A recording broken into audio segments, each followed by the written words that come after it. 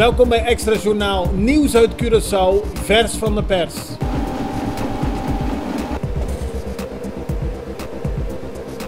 En dit is het nieuws van vandaag. Op zondagochtend is het 6e dodelijke verkeersslachtoffer van het jaar op Curaçao gevallen. Het ongeval vond plaats op de Camina George Willems in de buurt van het Curaçao Festival Center. De auto reed op die weg tegen een stier aan die op de weg liep. Als gevolg van de aanrijding kwam de 56-jarige Jacqueline Pieternella om het leven. Zij zat naast de bestuurder. Die raakte gewond en is naar de polykliniek gebracht voor onderzoek. De stier kon na tussenkomst van de politie van de motorkap af worden gehaald. Artsen hebben het beest later op de dag laten inslapen. Het dodelijke ongeluk van afgelopen zondag, waarbij een stier betrokken was, roept volgens de Extra een ander probleem op, namelijk het probleem van de loslopende grote dieren in Bandariba. Niet alleen koeien en stieren, ook geiten vormen een groot probleem voor chauffeurs die, als ze niet uitkijken, tegen de beesten aan kunnen rijden. Een ander probleem is de eigenaar van de beesten. In het geval van de stier, die afgelopen zondag werd aangereden, lijkt het erop dat de eigenaar is verdwenen en geen enkele verantwoordelijkheid over het beest wil nemen.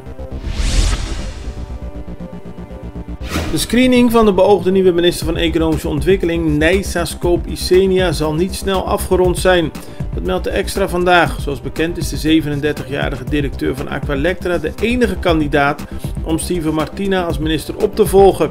Vorige week is de screening begonnen nadat partij MAN haar had voorgedragen. Martina is zoals bekend opgestapt omdat hij verdachte is voor het Openbaar Ministerie in een onderzoek naar het al dan niet voldoende afstand nemen van aandelen na zijn benoeming als minister. In het geval van Skoop-Isenia wil men alle zaken goed onderzoeken, zo meldt de krant. Daarbij gaat het onder meer om haar dienstverband bij de Girobank, waarvan de toenmalige directeur Eric Garcia centraal staat in een onderzoek naar malversaties binnen de bank. Duidelijk moet zijn wat de rol is geweest van Skoop-Isenia in die periode. Minister van Bestuur, Planning en Dienstverlening Armin Conquet zit om tafel met de ambtenaren. Niet alleen om de loontrede te bespreken die eind deze maand betaald moet worden, maar ook de 3% van de lump-sum en de loonindexering. Conquet reageert op opmerkingen van Adrie Williams, voorzitter van de APVO. Die zei eind vorige week dat de minister geen respect heeft voor de vakbonden en geen respect heeft voor een uitspraak van de rechter. Volgens Conquet is de uitspraak van de rechter over de betaling van de 3% en de indexering anders uit te leggen dan de vakbonden nu doen. Maar hij zegt respect te hebben voor de vakbonden, voor de rechter en om tafel te zitten om de belangen van de ambtenaren zo goed mogelijk te vertegenwoordigen. De Kamer van Koophandel van Sint-Eustatius en Saba is bezig met het organiseren van een vaste route tussen Sint-Eustatius en Colombia. Onder meer voor medische patiënten die rechtstreeks naar Colombia moeten en op die manier een veel kortere reistijd krijgen. Tegelijkertijd wil men via de lucht, maar ook via een vaste scheepsverbinding, verse producten naar de boveneilanden laten varen vanuit Colombia. Daarbij zou een scheepvaartbedrijf uit Curaçao een rol moeten spelen, aldus de Kamer van Koophandel. De zelfbenoemde interim-president van Venezuela, Juan Guaidó, gaat het Venezolaanse parlement vragen om de noodtoestand uit te roepen. Dat moet het mogelijk maken de situatie aan te pakken die is ontstaan door de zware stroomstoring die het hele land sinds donderdag treft.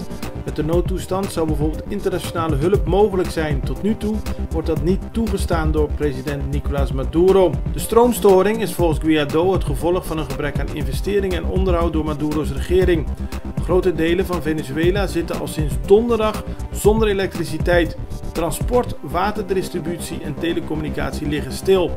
Ook scholen zijn gesloten. Volgens Maduro, de huidige president, is de storing veroorzaakt door cyberaanvallen vanuit Amerika.